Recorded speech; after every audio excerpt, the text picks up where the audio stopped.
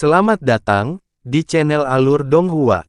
Sebelum menonton, silahkan subscribe, biar Mimin tambah semangat update-nya.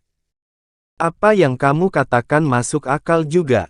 Melihat sekte pengayak Yin adalah sekte terkemuka dari Iblis Dao, mereka pasti akan memiliki banyak musuh. Jika tidak, Master Sekte Pengayak Yin tidak akan muncul di sini. Anak kecil itu setuju sambil tersenyum. Senyum tipis juga muncul di wajah Han Li saat dia membalik tangan untuk menghasilkan bola hitam. Dia kemudian terdiam saat dia mulai mengamati bola.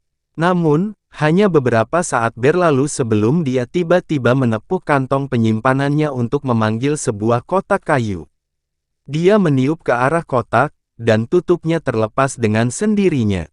Isi kotak itu terdiri dari bola merah tua, yang di atasnya ditempeli beberapa jimat pembatas. Ini tidak lain adalah harta yang diambil Han Li dari biksu berjubah abu-abu bernama Mo Jiu dari Gua Giok yang mendalam di Istana Malam Utara. Han Li juga menempatkan bola hitam itu ke dalam kotak kayu sebelum memeriksanya dengan cermat. Pada pandangan pertama, bola hitam itu benar-benar kusam dan tidak berkilau, mengeluarkan udara. Setelah diperiksa lebih dekat, ada rune putih keabu-abuan yang terlihat di permukaannya.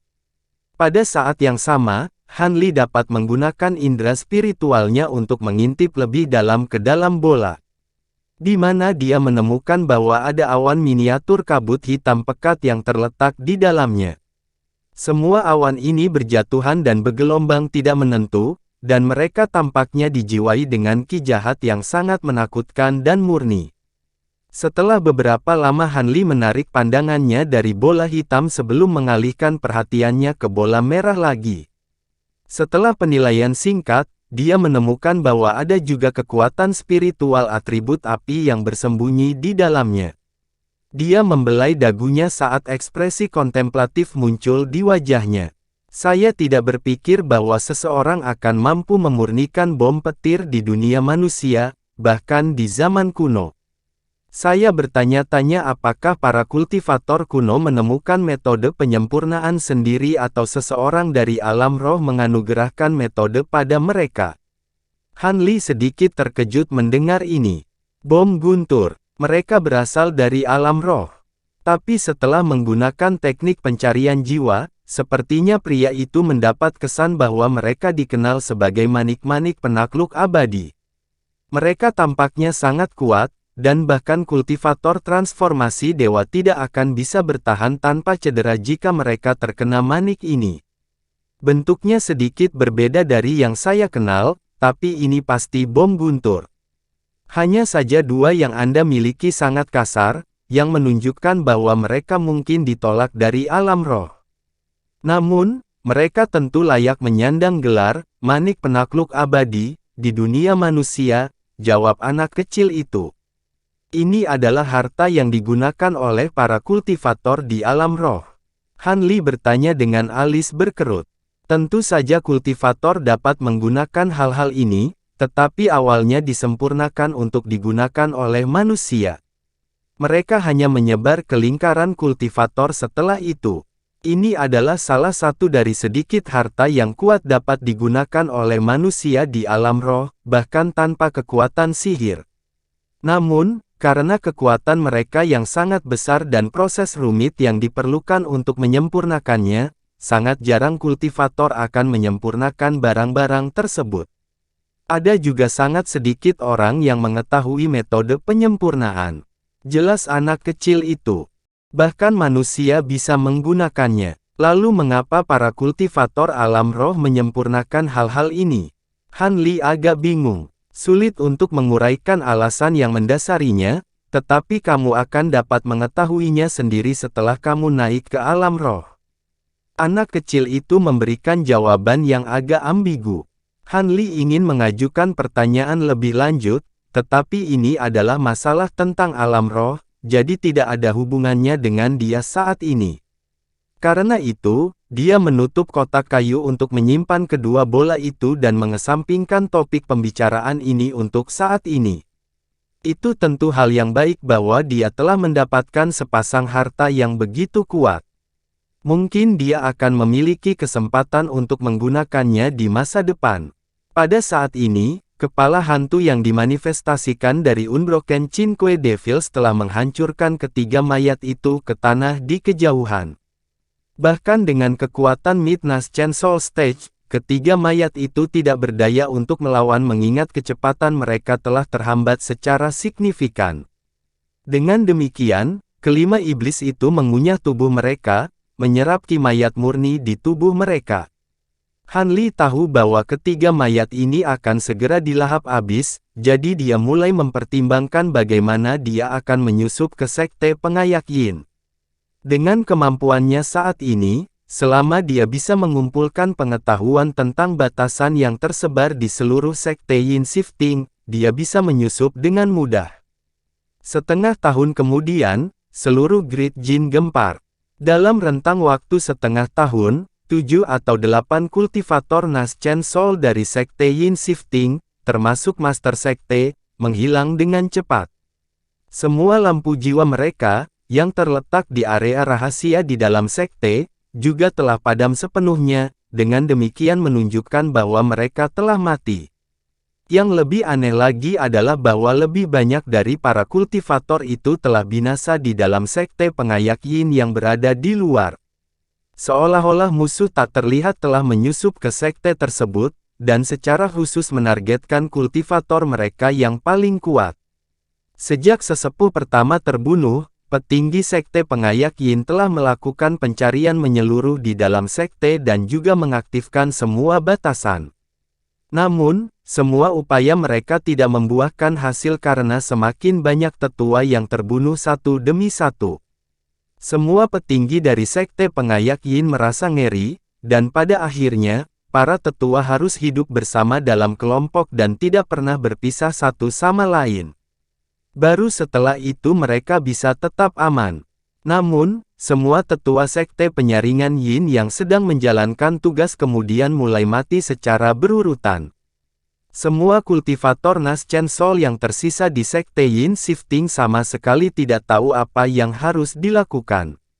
Dalam kurun waktu singkat hanya setengah tahun, sekte Yin Shifting telah kehilangan hampir setengah dari penatua Naschen Soul stage mereka. Tampaknya seorang kultivator Naschen Soul di antara barisan mereka meninggal, ada hubungan dengan hilangnya master sekte mereka, merusak kekuatan sekte pengayak Yin. Semua tetua segera dipanggil kembali ke samping dan dipaksa untuk tinggal bersama setiap saat. Baru kemudian mimpi buruk ini mereda. Semua petinggi yang ketakutan dari sekte pengayak Yin akhirnya menghela nafas lega. Namun, terlepas dari usaha terbaik sekte Yin Shifting untuk menyembunyikan insiden ini, berita tentang hal itu masih bocor pada akhirnya. Dengan demikian, semua sekte besar lainnya beraksi, mengerahkan sejumlah kultivator untuk mengambil alih wilayah sekte pengayak Yin. Tetua sekte pengayak Yin yang tersisa membalas dengan sekuat tenaga, tetapi sekte pengayak Yin tidak akan bisa bertahan lama sama sekali. Lagi pula, sebagai salah satu dari 10 sekte utama Dao Iblis, sekte pengayak Yin memang memiliki hari-hari kejayaannya, tetapi ia juga telah membuat musuh yang tak terhitung jumlahnya. Sekarang setelah menunjukkan tanda-tanda kelemahan dan penurunan yang parah, tentu saja banyak orang yang membalas. Dengan demikian, sekte yang tak terhitung jumlahnya mulai merusak raksasa yang merupakan sekte pengayak Yin. Tinggi di udara di atas sepetak tanah tandus, ada sekitar selusin kultivator berkumpul. Mereka berdiri dalam dua kelompok.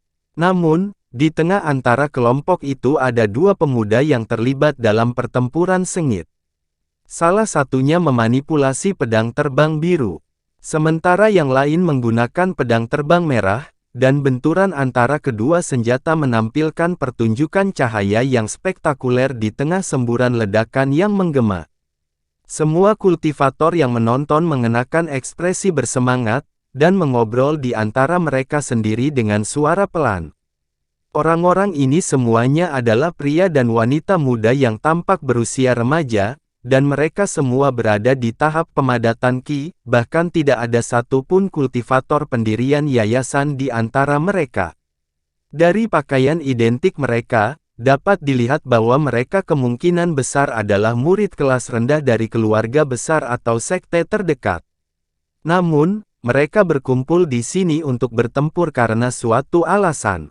Pedang terbang biru dan pedang terbang merah bentrok berulang kali.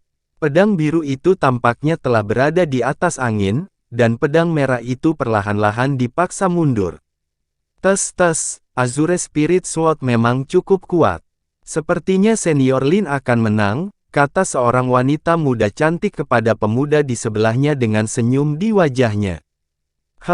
Jadi apa? Jika dia bukan dari keluarga Lin, bagaimana mungkin dia memiliki alat roh kelas menengah hanya di tahap kondensasi Qi? Wanita muda itu terkikik mendengar ini. Meskipun dia masih muda, sudah ada sedikit pesona menggoda tentang dirinya. Sebelum dia memiliki kesempatan untuk mengatakan hal lain, pemuda itu mengarahkan pandangannya ke kejauhan dengan sikap yang salah sebelum tiba-tiba mengeluarkan teriakan terkejut. Apa itu? Wanita muda itu bertanya dengan suara terkejut sebelum juga mengalihkan perhatiannya ke arah itu, di mana ekspresi heran muncul di wajahnya. Di kejauhan, sosok humanoid yang aneh bisa terlihat. Sosok humanoid itu jelas berpenampilan seperti manusia laki-laki, tetapi dia memiliki sepasang sayap besar di punggungnya. Ada kilat biru dan putih berkedip tanpa henti di atas sayap, tetapi mereka benar-benar diam, sehingga memungkinkan dia untuk menghindari deteksi dari semua kultivator tingkat rendah di bawah. Jika bukan karena pemuda itu kebetulan melihat ke arah itu, mereka berdua juga akan sama sekali tidak menyadarinya. Tangan lelaki itu tergenggam di belakang punggungnya dan terus maju tanpa melirik ke bawah. Dia sepertinya sedang melihat sesuatu di kejauhan. Apa itu? Mungkinkah itu binatang iblis bermutu tinggi? Wanita muda itu berasal dari keluarga kultivator, jadi dia telah melihat beberapa buku tebal yang relevan, dan menyadari keberadaan binatang iblis tahap metamorfosis. Tidak mungkin. Keadaan Huo kita sedikit terpencil, tetapi tidak mungkin seorang kultivator iblis tingkat tinggi berani menunjukkan diri mereka secara terang-terangan di siang hari bolong. Itu pasti seorang senior dengan semacam kemampuan terbang. Anehnya, meskipun pria bersayap di langit itu terletak sangat jauh dari mereka, dia sepertinya mendengar percakapan mereka, dan tiba-tiba berbalik untuk melihat mereka. Mata mereka bertemu, dan detak jantung sepasang anak muda meningkat drastis. Bukan karena ciri-ciri pria itu sangat menakutkan atau semacamnya. Bahkan, penampilannya cukup biasa. Benda apa itu? Mungkinkah ini benar-benar binatang iblis bermutu tinggi? Kalau tidak, bagaimana mungkin manusia memiliki mata ketiga? Pikiran yang sama melintas di benak sepasang kultivator muda. Sebelum mereka berdua memiliki kesempatan untuk meneriakkan kata-kata peringatan kepada rekan mereka, semburan cahaya hitam tiba-tiba keluar dari mata iblis ketiga pria bersayap itu, di mana dia langsung menghilang. Gemuruh tumpul kemudian meletus dari dekat, diikuti oleh cahaya putih yang menyala, dan sesosok humanoid muncul dari udara tipis, sekitar beberapa ratus kaki dari pria bersayap itu. Sosok humanoid ini adalah seorang lelaki tua yang tampaknya berusia 60-an. Rambutnya ditata menjadi sanggul segitiga, dan wajahnya yang sangat panjang sangat menarik perhatian. Begitu lelaki tua ini muncul, dia mencengkeram udara di depannya dengan cara yang kejam. Fluktuasi spasial meletus saat tangan kuning tembus pandang muncul di atas kepala pria bersayap itu sebelum menukik ke bawah seperti kilat. Namun, pria bersayap itu tampaknya telah mengantisipasi hal ini jauh-jauh hari. Sayapnya hanya mengepak dengan lembut, dan dia menghilang di tempat sebagai busur petir biru. Detik berikutnya, dia muncul di tempat lain di dekatnya dengan ekspresi gelap di wajahnya. Angin eksentrik, kamu telah mengejarku selama lebih dari sebulan. Kamu jelas tahu bahwa kamu tidak memiliki cara untuk menjebakku, jadi mengapa kamu bersikeras untuk memperpanjang pengejaran yang sia-sia ini? Pria bersayap itu meraung dengan alis berkerut. Semua kultivator tingkat rendah di bawah terperangah oleh gemuruh yang menggelegar ini, dan telinga mereka segera mulai berdenging tanpa henti saat mereka tersandung ke tanah. Yang dengan basis kultivasi terendah di antara mereka bahkan jatuh pingsan di tempat. Hanya beberapa pemuda dengan basis kultivasi atau harta yang lebih tinggi yang dapat mereka gunakan untuk melindungi diri yang berhasil tetap sadar. Namun, mereka juga benar-benar tidak bisa bergerak dan hanya bisa memiringkan kepala mereka ke belakang untuk melihat ke udara. Dengan demikian, mereka semua memandang dengan wajah pucat pasi pada dua senior di atas. Dalam keadaan normal, bertemu dengan seorang kultivator tingkat tinggi adalah kesempatan yang langka. Namun, bertemu dengan dua kultivator tingkat tinggi yang saling bertarung adalah bencana besar bagi mereka. Mereka tidak menyaksikan pertempuran antara kultivator tingkat tinggi secara langsung, tetapi mereka telah mendengar dari para senior di sekte mereka, betapa mengerikannya pertempuran seperti itu. Semua senior itu memperingatkan mereka untuk pergi sejauh mungkin jika menemukan pertempuran antara makhluk yang begitu kuat. Jika tidak, hanya sisa gelombang dari bentrokan mereka saja terbukti mematikan. Aku tidak peduli jika kamu membunuh orang lain, tetapi kamu membunuh salah satu juniorku tepat di depan mataku. Bagaimana aku bisa membiarkanmu lolos? Seorang kultivator Nas Chen Sol tidak akan bisa bertahan lama. Lagi pula, bahkan jika aku harus mengorbankan lebih dari 10 tahun umurku, aku akan menjatuhkanmu. Pria tua itu berkata dengan ekspresi gelap sebelum menunjuk satu jari ke arah Han Li, di mana tangan kuning besar yang tembus pandang itu jatuh lagi. Sayap Han Li mengepak saat dia menghilang di tempat sekali lagi sebelum muncul kembali lebih dari 100 kaki. Meskipun dia telah menghindari serangan itu, dia masih memasang ekspresi muram di wajahnya. Pria tua ini adalah musuh yang dibuat Han Li secara tidak sengaja saat membunuh tetua sekte pengayak Yin. Pria ini adalah seorang kultivator transformasi dewa yang kebetulan terkait dengan sesepuh sekte pengayak Yin itu. Han Li sangat menyesal atas keputusannya untuk mengejar sesepuh itu. Dia hanya mencari tetua sekte Yin Shifting untuk mengambil Ghost Shifting Banners, dan dia bisa dengan mudah mengejar orang lain dan menghindari semua masalah ini.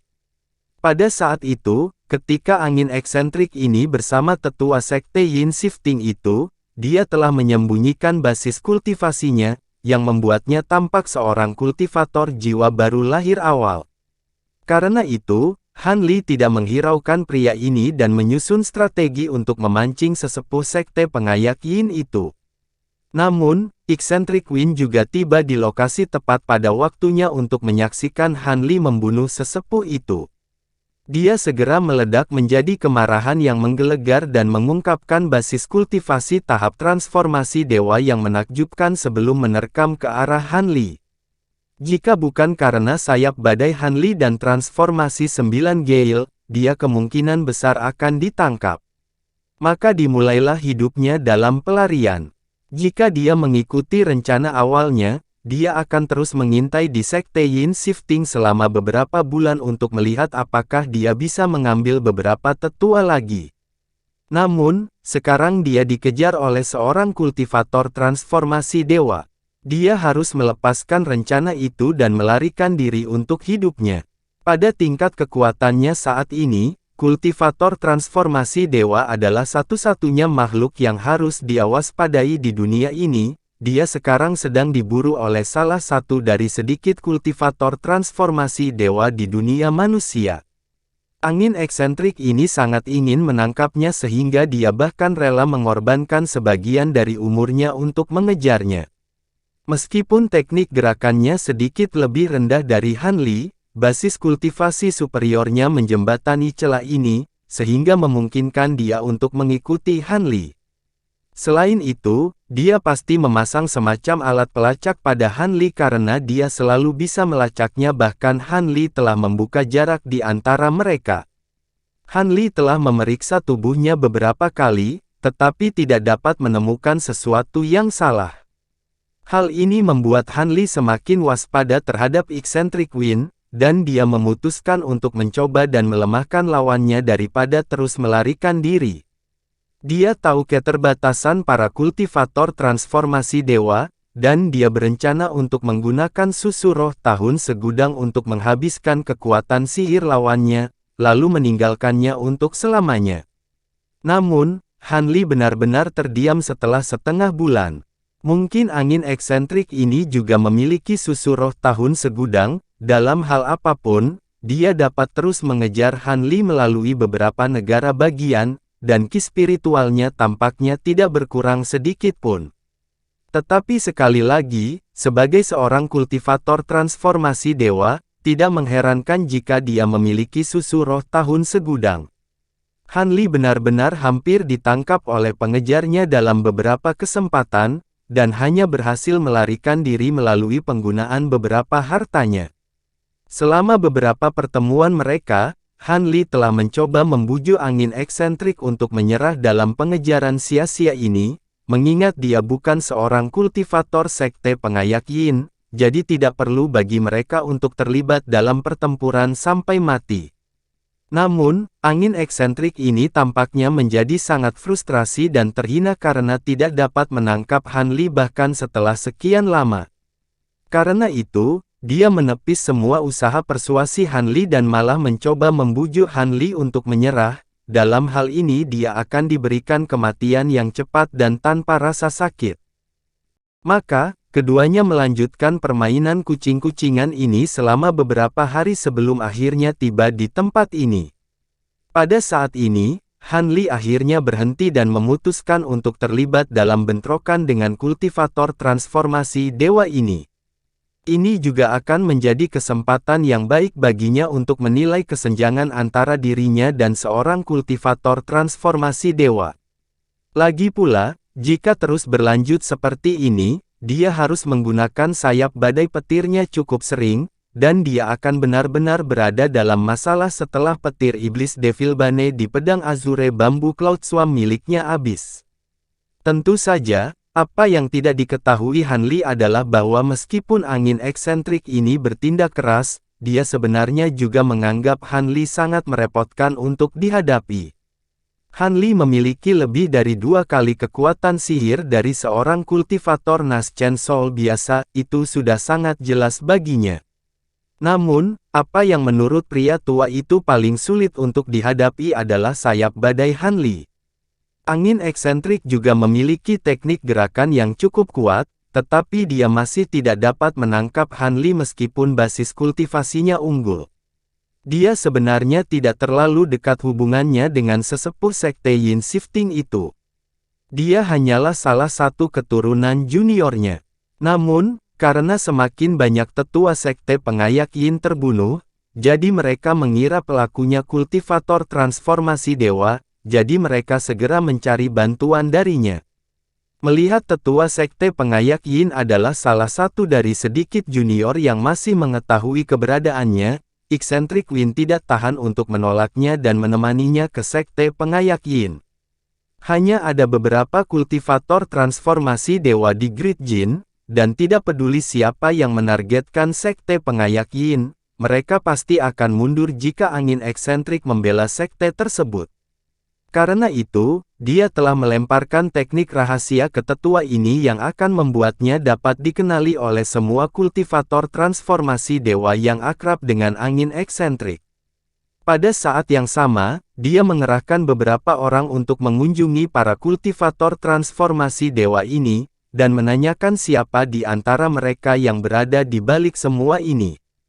Setelah melakukan semua itu, dia menggunakan teknik rahasia untuk menyembunyikan basis kultivasinya dan memutuskan untuk meninggalkan masalah ini setelah menemani juniornya kembali ke sekte.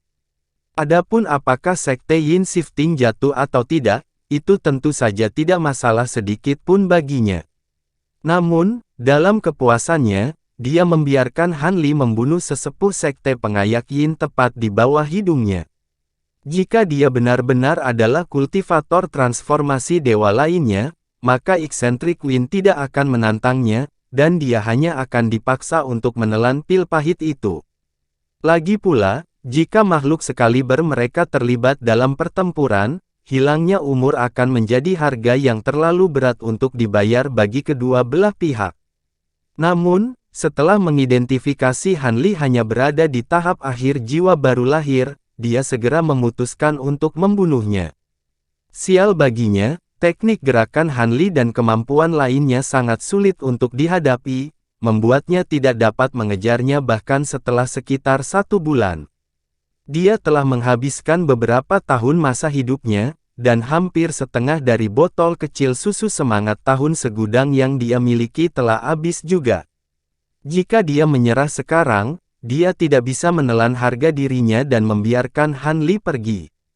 Selain itu, harta yang digunakan Han Li semuanya cukup kuat, dan dia sangat tergoda untuk membunuh Han Li dan mengambil harta itu untuk dirinya sendiri.